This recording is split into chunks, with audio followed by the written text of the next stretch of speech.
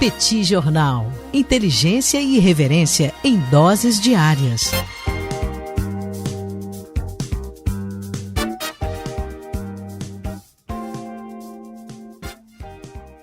Olá, gente! Bem-vindos a mais um bate-papo do Petit Jornal, esse encontro semanal entre eu, Daniel Souza, e Tanguy, o Bagdadi, para repercutir um pouco os temas, os acontecimentos mais importantes da economia e da política internacional ao longo dos últimos dias. Tanguy, eu quero começar falando sobre um país organizado, um país previsível, um país linear ao longo de sua história, chamado Itália. Só pode ser o Brasil. Não, é o Brasil. Não, é a Itália, cara. A Itália, desde que a atual República Italiana foi formada, terminou essa semana o 66º governo, Tanguy. Pô, Tanguy, pensando que foi de 1946 para cá, 1946 para cá dá 74 anos. Já foram 66 governos. É uma média boa. É uma média boa. Tem mais de um ano por governo aí. Dá pra fazer muita coisa. Mais de um ano dá pra fazer muita coisa. Olha aí, Na média, mais de um ano de governo. Mais de um ano de governo. É muito tempo, cara. Pro padrão italiano de qualidade, o padrão italiano de estabilidade, é algo, no mínimo, impressionante. Pois é. Então, só para contextualizar o que o Daniel tá falando, a gente teve a renúncia, na semana passada, do primeiro-ministro Giuseppe Conte. E quando ele renunciou, parecia, na verdade, ele perdeu um dos partidos da base de apoio dele. Saiu, então desmontou o governo, ele renunciou, e no momento parecia que era meio que uma tentativa de salvar o próprio governo, né? Assim, ele renuncia. Aí o presidente, que é o Sérgio Mattarella, né, o colocaria para ser aquele que ia montar um novo governo. Ele já fez isso antes, né, ele consegue se salvar várias vezes e tal, só que dessa vez não rolou. Então ele não conseguiu montar um novo governo e ele acabou de pedir, né, o Sérgio Mattarella, o presidente, acabou de dar a incumbência para o Mário Draghi. O Mário Draghi ele foi o chefe do Banco Central Europeu durante bastante tempo, um cara conhecido. Do Banco Central. Do Banco Central Europeu. E ele tem um perfil mais tecnocrático, né? Isso durante muito tempo houve um fetiche em vários lugares, né? Colocar um tecnocrata no poder, vamos colocar alguém que entende dos números e não faça política. Na Itália, nesse momento, não há uma aceitação muito grande por parte dos políticos, particularmente com um tecnocrata. Então há uma certa resistência. Será que vai ser alguém que vai ter traquejo político para rolar na lama, como você tem que fazer em determinados países latinos, como é o caso do Brasil ou da Itália? Agora, a crise italiana ela tem uma relação direta com a questão econômica. Aliás, a questão econômica, inclusive, abriu espaço para o surgimento de eurocéticos na Itália, questionadores do euro. Apareceu, inclusive, o movimento 5 Estrelas, acho que foi o ápice desse ceticismo em relação à Europa, o movimento 5 Estrelas, que, aliás, merecia um aprofundamento, um estudo mais aprofundado aqui no Petit Jornal, Tanguy, porque toda essa bagunça, num certo sentido, de desinformação que a gente tem vivido na política mundial ao longo dos últimos anos, nasceu na Itália. Aliás, lugar oportuno para o nascimento desse tipo de estratégia política. O caos, né? O surgimento do caos pode ser por ali. Desde o Império Romano a gente já viu isso, né? O caos como estratégia de poder. Olha que coisa bem italiana, digamos assim. Mas a Itália vem enfrentando dificuldades há vários anos, dificuldades principalmente na área fiscal. A Itália tem um governo pesadíssimo, um governo desequilibrado. A Itália tem alguns dos maiores impostos da Europa. É um país pouco competitivo, pouco produtivo. Inovar na Itália é difícil, é burocrático, é caro, é confuso. E a Itália tem ficado para trás, literalmente tem ficado para trás, e dentro de uma união aduaneira, como é o caso da União Europeia, é claro que as empresas italianas acabam perdendo espaço para as suas competidoras, para as suas concorrentes em outros países europeus que são mais organizados, mais estruturados, têm sistemas tributários melhores, têm uma mão de obra mais produtiva e assim por diante. Então, existe realmente essa crescente insatisfação por parte dos italianos em relação à Europa, até porque a Europa olha para a Itália e diz, meu amigo, não dá. Quer dizer, está todo mundo aqui se esforçando, está todo mundo adotando medidas de austeridade, adotou ao longo dos últimos tempos medidas de austeridade, conseguiu reequilibrar as suas contas, e a Itália não. E a Itália diz, eu não vou seguir a regra fiscal da Europa, pronto e acabou. Quer dizer, a Itália tem sido uma fonte de problemas para a Europa e a Europa tem sido uma fonte de problemas para a Itália. Então, a questão econômica é central. Por isso me parece até natural a escolha de um tecnocrata. Você fez referência ao Mário Draghi. O Mário Draghi foi um presidente muito bem avaliado do Banco Central Europeu. Foi o Mário Draghi que implantou o quantitative easing europeu. É considerado um dos responsáveis pela recuperação da economia europeia nesse período imediatamente anterior à pandemia da Covid-19. E ele acaba chegando na Itália como uma solução caseira. Puxa, a gente tem o Mário Draghi é italiano, acertou o Banco Central Europeu, será que ele não pode formar um governo e de repente dar uma reorganizada na economia italiana? Pessoalmente, eu sou muito cético. Eu acho que, como você fez referência há pouco, quer dizer, no caso da Itália, tem que rolar na lama, literalmente. A gente acha o Brasil cheio de castas, né, de determinados privilégios dentro do setor público. Na Itália é pior. Na Itália é realmente pior no que diz respeito a esses grupos e corporações encasteladas, recebendo muitas vezes benefícios e salários absolutamente estratosféricos, e fica aquele trabalhador italiano comum trabalhando horrores, tendo problemas para tentar ter o seu pequeno negócio, o seu pequeno restaurante, o seu pequeno empreendimento. A Itália que tem dificuldades de exportar, a Itália que tem dificuldades de manter uma competitividade em relação ao resto da Europa. Então eu vejo com muita preocupação, porque acho que a relação entre a Itália e a Europa e a Itália está muito mal parada. E abre espaço para alguns comportamentos oportunistas. O Mário Draghi me parece um nome natural a ser escolhido pelo presidente da República para tentar formar esse governo, mas acho muito difícil que ele consiga realmente implementar na Europa o milagre que ele implementou no Banco Central Europeu. E aquele ponto que não tem jeito, né? Vai ter que ter um primeiro-ministro, e esse ministro vai ter que ter jogo de cintura e capacidade técnica para fazer isso tudo que você está falando, né? Todas as reformas necessárias na Itália, e sabe-se lá de onde vem essa pessoa, né? Me parece até que o Giuseppe Conte não fez muito feio, né? Ele conseguiu manter algum nível de estabilidade no país, mas naturalmente sem tocar exatamente nas reformas minimamente necessárias para o país, né? Então isso acaba sendo um problema perene. Quando começou a pandemia da Covid-19, a Itália era praticamente o único país relevante dentro da zona do euro que não tinha conseguido reorganizar as contas públicas, que estava com um déficit elevado, que não estava conseguindo cumprir as metas fiscais da Europa. E aí vem a pandemia. A Itália é um dos países mais afetados da Europa, né, junto com a Espanha, são os dois países mais afetados nesse ano de 2020. Ainda não saíram os dados fechados do ano do PIB dos diferentes países europeus, mas estima-se que o PIB italiano recuou mais de 10%. Quer dizer, é um negócio absolutamente desastroso, um governo engessado, um governo que perde capacidade arrecadatória, uma economia que não tem dinamismo. A Itália precisa ser reformada, a Itália precisa ser repensada. E a Itália, do ponto de vista político, é muito complicada, diferentemente de outros lugares do mundo, né? Eu estava vendo até um dia desses aquela série Borgen, né, que tem na Netflix sobre o parlamento dinamarquês, e tem um determinado momento que um dos personagens falou: meu amigo, você está achando que isso aqui é a Itália?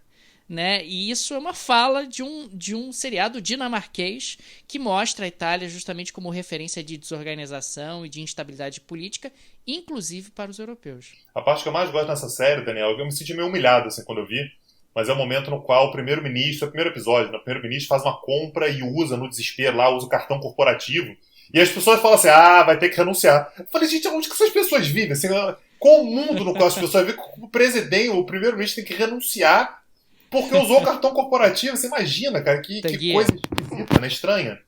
Que coisa esquisita que um governo que as pessoas sabem o que o primeiro-ministro gasta com cartão corporativo. Lembro que no Brasil você não sabe ali no miúdo o que os cartões corporativos acabam sendo utilizados ou para que eles acabam sendo utilizados. E aliás, de falar em governo brasileiro, Daniel, a gente teve uma informação hoje dos Estados Unidos, uma notícia dos Estados Unidos hoje, que pode ser bastante impactante para o Brasil. Na verdade, pode ser não, exatamente direcionado ao Brasil.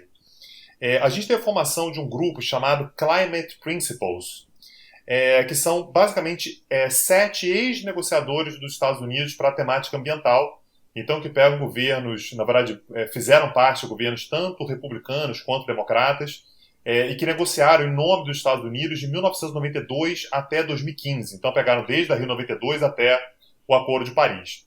E essas 7 pessoas, esses 7 negociadores ambientais, fizeram um plano chamado de Plano de Proteção da Amazônia, já dá para ver, né? E apresentou isso para o governo Biden. Então, a informação que a gente tem é que isso já está na mão de negociadores importantes, na verdade, de membros importantes do governo Biden, inclusive do John Kerry, que é o atual negociador dos Estados Unidos para a questão ambiental, e que tem por objetivo mais ou menos estruturar qual deve ser a postura dos Estados Unidos com relação à temática ambiental, particularmente da Amazônia. E aí, esse plano sugere, em primeiro lugar, um investimento, um gasto de 20 bilhões de dólares dos Estados Unidos para a preservação da Amazônia. E estrutura isso, e aí tem um ponto aqui que é curioso, estrutura isso em 4 pilares. Tá? Então, esse investimento ele deveria ser feito, na verdade, as ações que deveriam ser tomadas deveriam ser no sentido de fomento ao financiamento público e privado. Como é que a gente faz para mais empresas e mais estados investirem na Amazônia? Então, os Estados Unidos seriam os primeiros, mas deveria haver outros países e empresas também.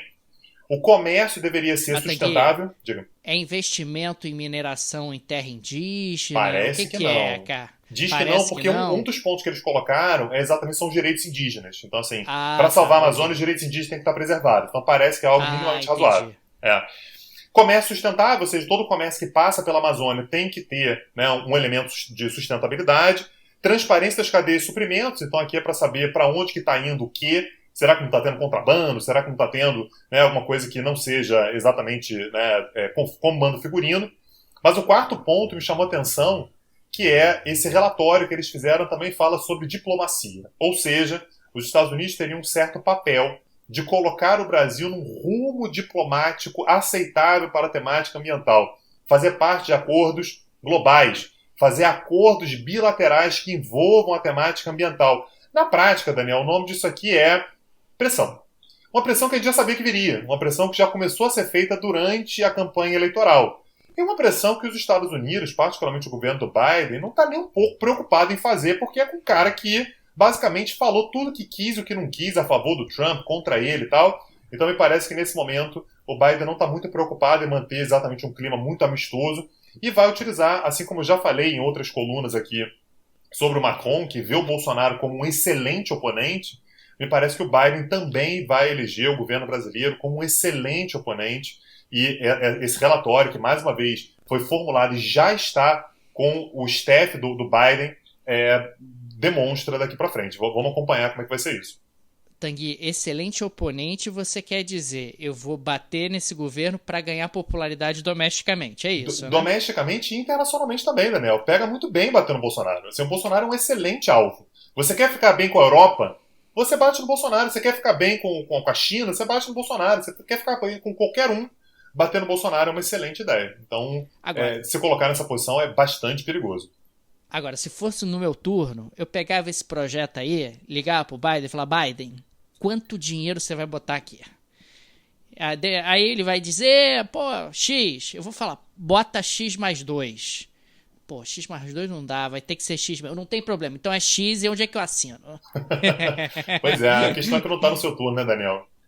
Isso pro governo Bolsonaro é uma derrota grande, porque se ele tiver que fazer uma concessão como essa, ele está fazendo exatamente o contrário do que ele prometeu o tempo todo que faria, né? Então, esse é o problema, né? Quando você sobe demais o tom, para você voltar, né, e amenizar um pouco o tom, acaba sendo bastante custoso politicamente.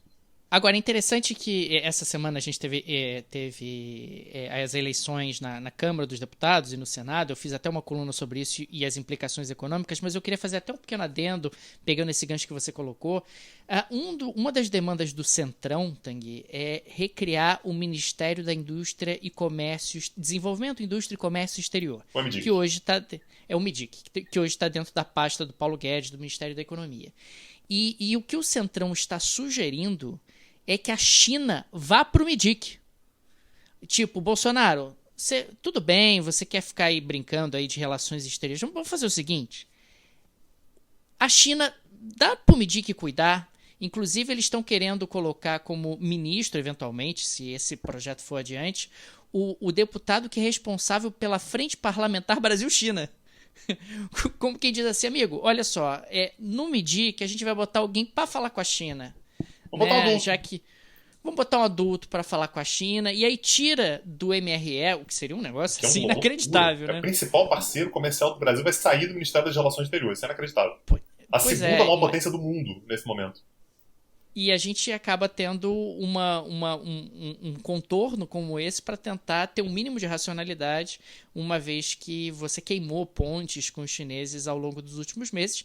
E se tem uma coisa que o Centrão é bom é ganhar dinheiro, né, Tanguy? O Centrão não rasga dinheiro. Então os chineses querem comprar mercadorias do Brasil, vamos vender para os chineses, gente. Estão brigando com os nossos clientes, por que isso? Não estou entendendo, vamos tentar buscar aqui uma alternativa, um mecanismo para manter um bom diálogo com os nossos parceiros comerciais. E já que você está falando sobre China, Daniel, só para a gente pegar o caso que está ali do lado, né, assim, é um país no qual a China tem bastante influência também, que é Myanmar, né? A gente teve o golpe de Estado nessa segunda-feira. Eu não vou desenvolver muito aqui, porque eu fiz a minha última coluna foi sobre a situação de Myanmar, enfim, tentando dar uma contextualizada na coisa. Mas hoje avançou um pouquinho, Daniel, numa daquelas coisas bizarras que acontecem no mundo, que a gente fica meio, tipo, não dá para acreditar, mas é isso mesmo que acontece.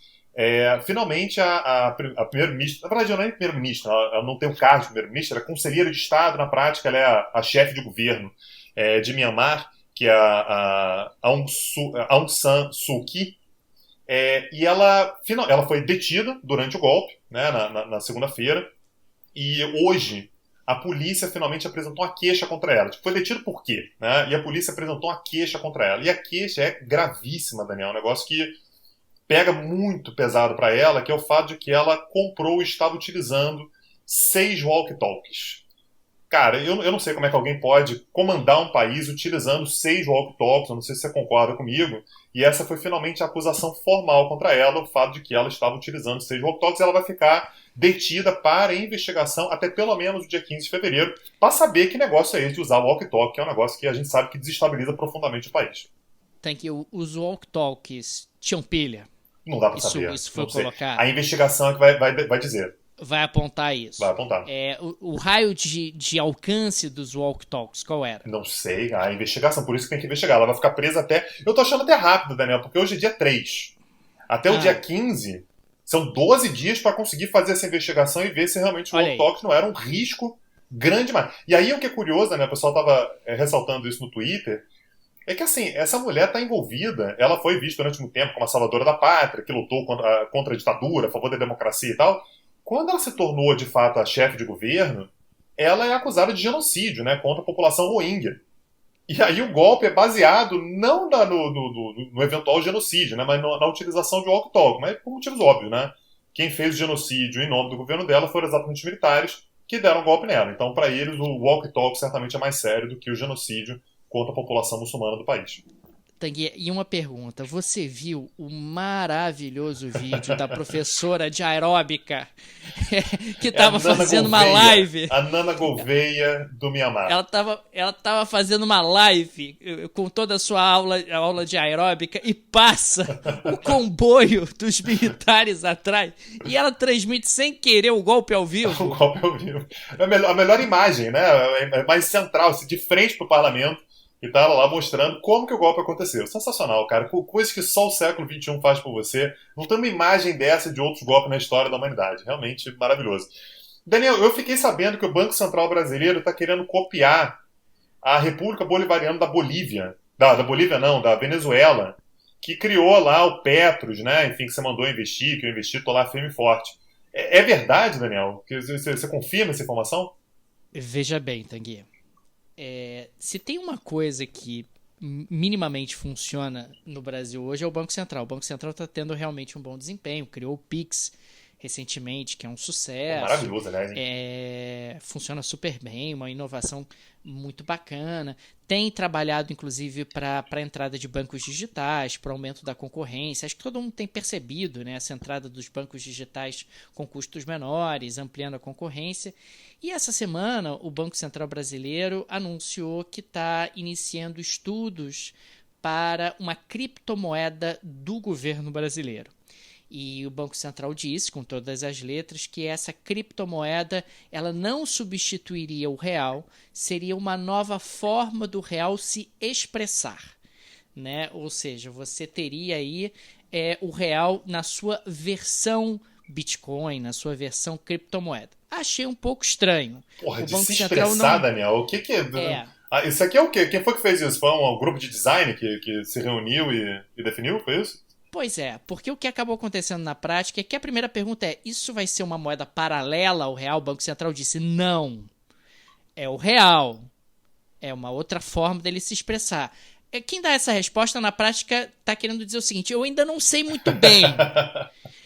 Mas a ideia não é essa. A ideia é a gente criar uma forma do real continuar sendo a moeda, só que numa versão criptomoeda. E isso suscita um debate que vai ganhar cada vez mais corpo daqui para frente, que é o temor de autoridades monetárias ao redor do mundo de serem atropeladas pelas criptomoedas. Não só o Bitcoin, mas também a criptomoeda, de repente, do Facebook, a criptomoeda do Google e outras criptomoedas que comecem a implementar transações fora do radar dos governos.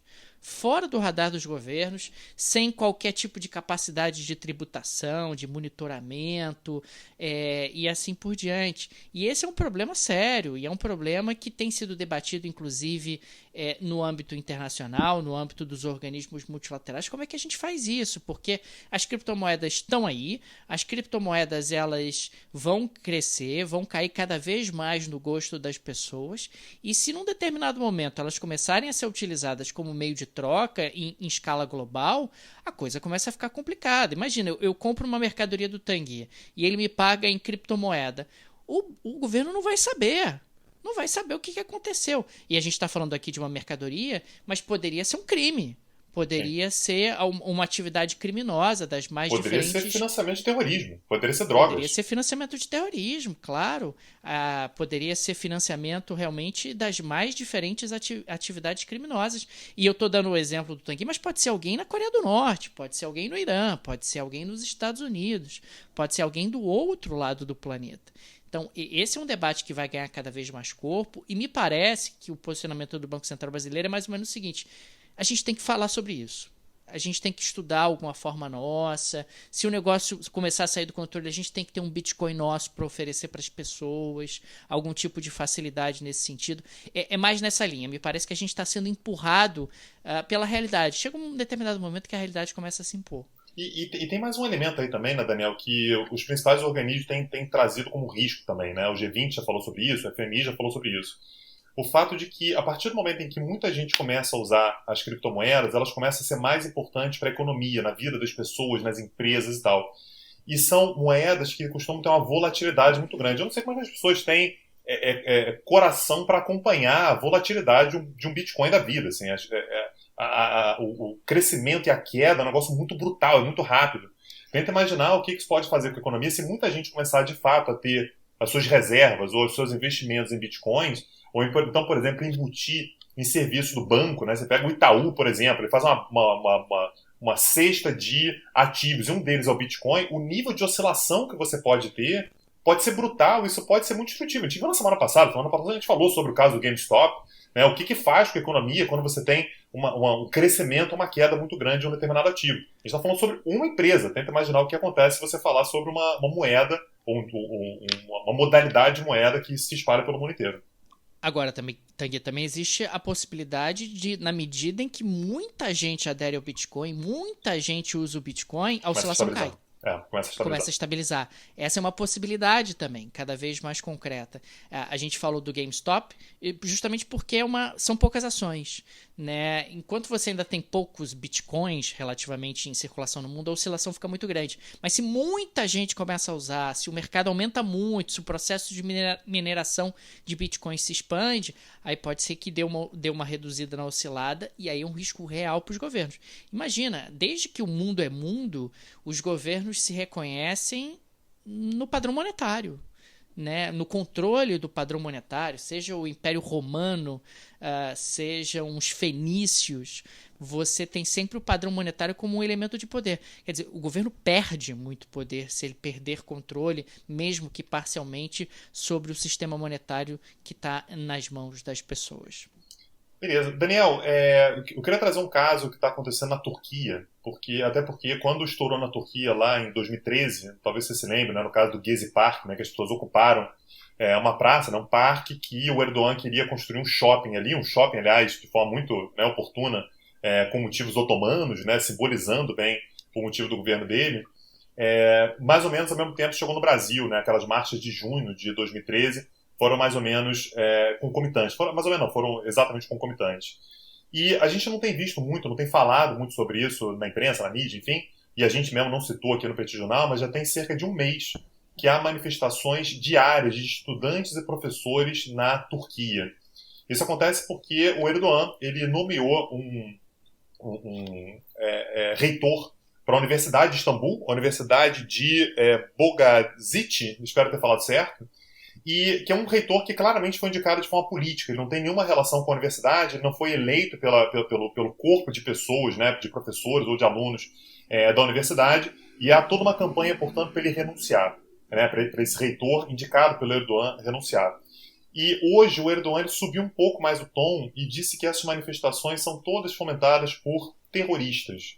Então a gente está vendo, de fato, um clima de hostilidade na Turquia, como a gente já não via há algum tempo, né? Não é uma novidade que o Erdogan tem um regime bastante autoritário. A gente, inclusive, já deu uma aula sobre isso no curso sobre a erosão da democracia liberal. Uma das aulas foi exatamente sobre a Turquia. Quem tiver interesse, está lá no site petitcurso.com.br, está disponível para se matricular ainda.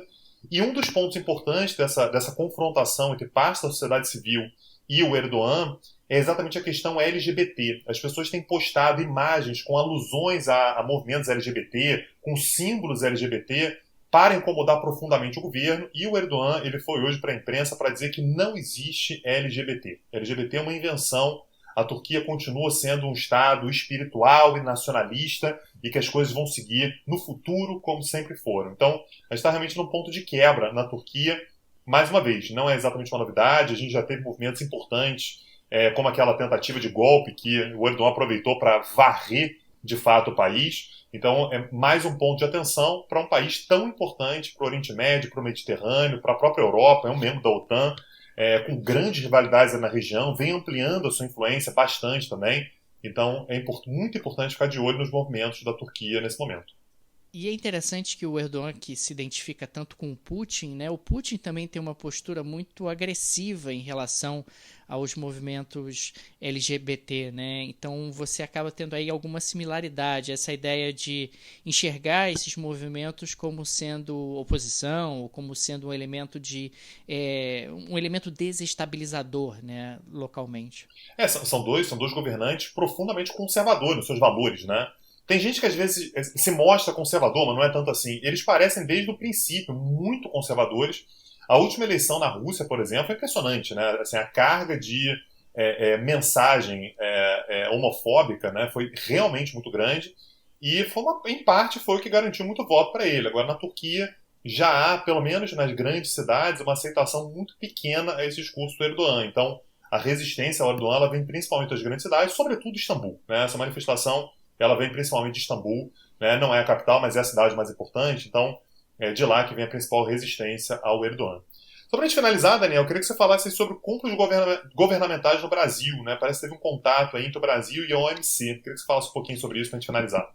Pois é, o Brasil sinalizou à OMC que quer abrir as compras governamentais à concorrência internacional. Isso era algo que o Brasil já era pressionado a fazer há muito tempo, e o Brasil sinalizou que está disposto a fazer esse movimento. E me chama a atenção o momento em que a gente faz isso, Tanguy. Realmente, o Brasil já poderia ter feito isso há muito tempo, seria uma forma de abrir espaço para mais concorrência, reduzir compras governamentais, só para explicar para quem não está familiarizado, compras governamentais é uma área de negociação da OMC que faz com que isso, na verdade, gera uma regulamentação para toda vez que o Estado for abrir, por exemplo, licitação. E a ideia é que a licitação ela não seja permitida apenas a estados daquele país, mas também a empresas estrangeiras, né? Então, uma empresa, sei lá, italiana, se ela quiser participar de uma compra ou de uma licitação para aquisição de algum bem ou serviço por parte do Brasil, uma empresa italiana tem que poder participar, assim como uma empresa chinesa, espanhola, francesa ou argentina, e não apenas empresas brasileiras, o que é visto como uma forma de protecionismo.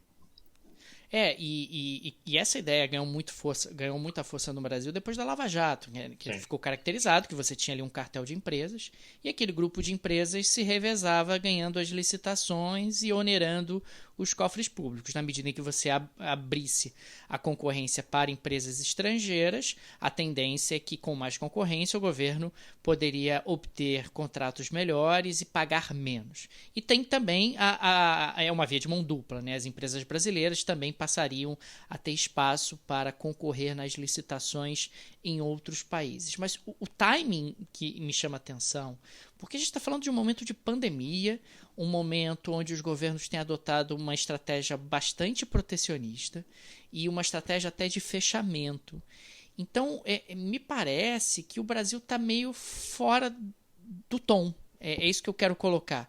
Não que não seja uma discussão importante, acho até que o Brasil já poderia ter feito um movimento nessa direção anos atrás, mas agora, quer dizer, justamente agora, no meio dessa confusão, no meio dessa pandemia da Covid-19, com países se fechando, com uma estrutura totalmente desorganizada, não é um momento para você colocar a vela nessa direção. É isso que eu quero colocar. O vento não está para lá. Só para exemplificar, Daniel, na OMC, as compras governamentais são temas chamados de temas de Singapura, porque foram tratados na reunião de Singapura, em que alguns temas foram elencados como muito importantes. Só para dar informação, que aí pode parecer estranho realmente, os temas de Singapura foram definidos no ano de 1996. A gente está falando sobre um outro planeta. Assim, 1996 é quando a discussão foi iniciada. O Brasil nunca deu muita bola, né? O Brasil sempre teve uma postura meio resistente a isso. Sempre empurrou. Depois a gente vê, pra mim não é bom. Quando a discussão amadurecer, a gente entra. Ou então, na verdade, o Brasil fazia parte, mas era resistente ao avanço, né, da questão e tal. O fato de fato, no ano de 2021, logo o ano de 2020 para 2021, né, esse momento caótico da história da economia, o Brasil se movimentar nesse sentido, de fato, é estranho, é meio fora do lugar. Eu acharia natural você fazer isso em 96, em 2006, em 2010, em 2015, em 2017. Agora, realmente, em 2021, me pareceu um movimento, no mínimo, estranho. Vamos ver se vai avançar, a gente vai continuar acompanhando para saber se o Brasil vai efetivamente caminhar nessa direção ou não, até se haverá espaço para o Brasil avançar nessa direção ou não. Maravilha, Daniel. Vamos deixar nosso tradicional agradecimento, abraço caloroso, né, fervoroso nos nossos apoiadores. Lembrando que a gente produz esse podcast aqui de forma absolutamente independente desde o ano de 2016, estamos já para o nosso 5º ano de produção cotidiana, praticamente diária, né? Só no ano passado foram mais de 200 episódios, tanto episódios do podcast quanto aulas gratuitas. E se isso chega para você gratuitamente, com qualidade, né, com carinho, esmero, é porque os apoiadores chegam junto. Então, se você quiser se tornar um apoiador também, que é muito importante para o nosso projeto, você pode acessar o nosso site www.petijornal.com.br. Tem uma aba lá chamada Apoie o Petit. Daniel, seja educado e diga obrigado também. Gente, fica o nosso agradecimento aos nossos apoiadores. O Petit é uma mídia 100% independente, sem qualquer tipo de conglomerado por trás, sem qualquer tipo de produtora por trás. É mantido exclusivamente pela ajuda de nossos apoiadores. E aqui fica o nosso enorme agradecimento e o convite, se você ainda não é nosso apoiador, a se tornar apoiador. E também fazer o convite para o pessoal que se interessa pelo conteúdo que a gente produz aqui. Lembrar que a gente também tem o nosso projeto, os nossos cursos, né, que são... Tá rolando um curso agora, né, sobre o Grande Oriente Médio. A gente já deu aula sobre o Kurdistão. Ontem, na terça-feira, dia 2, né, a gente deu aula sobre Egito. Se você se matricular agora, você consegue assistir as aulas que já foram oferecidas, já foram dadas. E na semana que vem, Daniel, a gente vai ensinar como é que invade o Afeganistão, não é isso? É isso. Eu estou muito curioso para saber como é que se invade o Afeganistão. Aliás, estou pensando em montar um pequeno grupo e invadir o Afeganistão. Então, aí a gente tem de hoje até terça para descobrir como é que faz, né? O Reino Unido não conseguiu, a União Soviética também não, os Estados Unidos também não. Mas a gente certamente vai arrumar uma solução até terça-feira para ensinar como, vem aqui, arrasta para cima, como invadir o Afeganistão. Se você não sabe, nós vamos te ensinar. Não tem arrasta pra cima, Tanguy. É pra ir no petcursos.com.br, cara. Não é arrasta pra cima. Não, foi uma metáfora. Foi uma metáfora pro petcursos.com.br. né? Não é isso? petcurso.com.br, a pessoa acessa lá. Isso. E por lá, portanto, ela tem acesso, ela vê como é que ela se matricula nesse curso, inclusive com aquela possibilidade mamata que você resolveu criar, que eu falei, Daniel, não faz isso, que as pessoas vão acostumar. Não faça uma coisa dessas. Que é oferecer um desconto, cara, obsceno para quem quiser fazer os cursos de toda a temporada 2021 do Petit Jornal. São 9 cursos ao longo do ano. Tem um desconto, é coisa de 40 e tantos por cento, que eu não sei fazer conta. Daniel falou um número aí, sei lá qual que era. Mais de 40%. Mais de 40% de desconto. Daniel, um abraço. Tá bom, né? Tchau, gente. Valeu. Petit Jornal. Inteligência e irreverência em doses diárias. Acesse www.petitjornal.com.br.